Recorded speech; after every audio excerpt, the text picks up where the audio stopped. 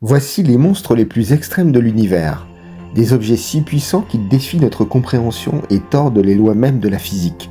Bienvenue dans le bestiaire du cosmos. Au cœur de l'obscurité rôde un monstre cosmique, le trou noir, un abîme si dense que même la lumière ne peut s'en échapper. Imagine comprimer la Terre dans une bille de quelques millimètres. Autour de lui, l'espace se déforme et tout tissu disparaît. Voici maintenant le cœur écrasé d'une étoile, l'étoile à neutrons. Fait d'une matière si dense qu'une simple cuillère pèserait des milliards de tonnes. Un objet plus massif que le Soleil, compressé dans une sphère de 20 km. Je vous présente la toupie gravitationnelle, le pulsar.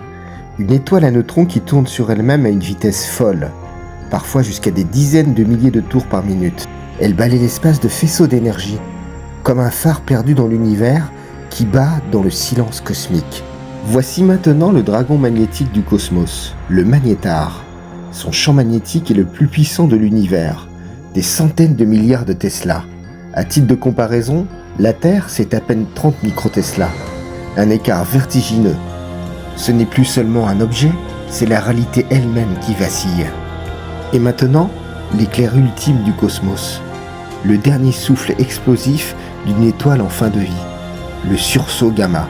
En quelques secondes, il libère plus d'énergie que le Soleil en des milliards d'années. Un flash si violent qu'il peut traverser l'univers entier.